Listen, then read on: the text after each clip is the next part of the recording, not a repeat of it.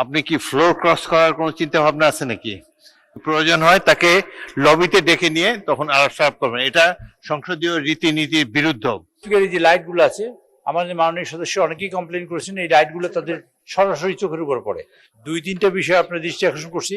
এক নম্বর হলো মাননীয় স্পিকার 71 বিধির একের একটা লেখা পরের প্যারায় দেখবেন, তবে শর্ত থাকে যে কোন সদস্য যে কোনো এক বৈঠকে একাধিক অনুরূপ নোটিশ দিতে পারিবেন না। কাজে মাননীয় সদস্য অনেকে যদি 5টা-6টা নোটিশ দেয় সেটা অসুবিধা, আপনার জন্য যেমন অসুবিধা তেমন মাননীয় সদস্যের জন্য অসুবিধা। তিনি মনে রাখতে পারেন অ্যাকচুয়ালি কোন নোটিশটা দিয়েছেন।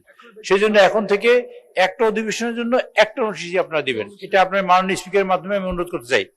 দ্বিতীয় একটা বিষয় বলতে চাই, সেটা হলো মাননীয় স্পিকার এই যে লাইট গুলো আছে, আমাদের মাননীয় সদস্য অনেকেই কমপ্লেন করেছেন এই লাইট গুলো তাদের সরাসরি চোখের উপর পড়ে।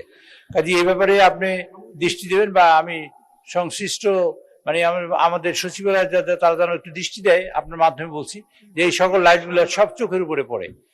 এই বিষয়টা একটু দৃষ্টি দেওয়ার জন্য অনুরোধ করছি মাননীয় স্পিকার। ধন্যবাদ মাননীয় স্পিকার। ধন্যবাদ মাননীয় চিফ হুইপ। মাননীয় সদস্যবৃন্দর কার্যপ্রণালী বিধিতে আছে যে একজন সদস্য একটা বিষয়ের উপর নোটিশ দিতে পারবেন, তো সুতরাং একদিনে একটাই নোটিশ আপনারা দিবেন।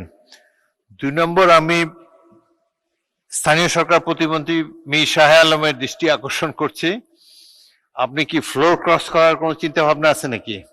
আপনাকে দেখলাম ওখানে মাননীয় সদস্য বুলবুলের সাথে অনেকক্ষণ আলাপ করেছেন, যদি প্রয়োজন হয় তাকে লবিতে ডেকে নিয়ে তখন আলাপ করবেন, এটা সংসদীয় রীতিনীতির বিরুদ্ধ।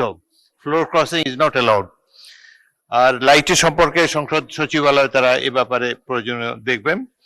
আপনারা কেউ এইভাবে ফ্লোর ক্রস করবেন না, এটা সংসদীয় আইনে গুরুতর অপরাধ। যাই হোক, অনেকেই প্রথমবারের সংসদ সদস্য ভুল হতে পারে, আমরাও কেউ ভুলের ঊর্ধ্বে নই। Please be careful next time.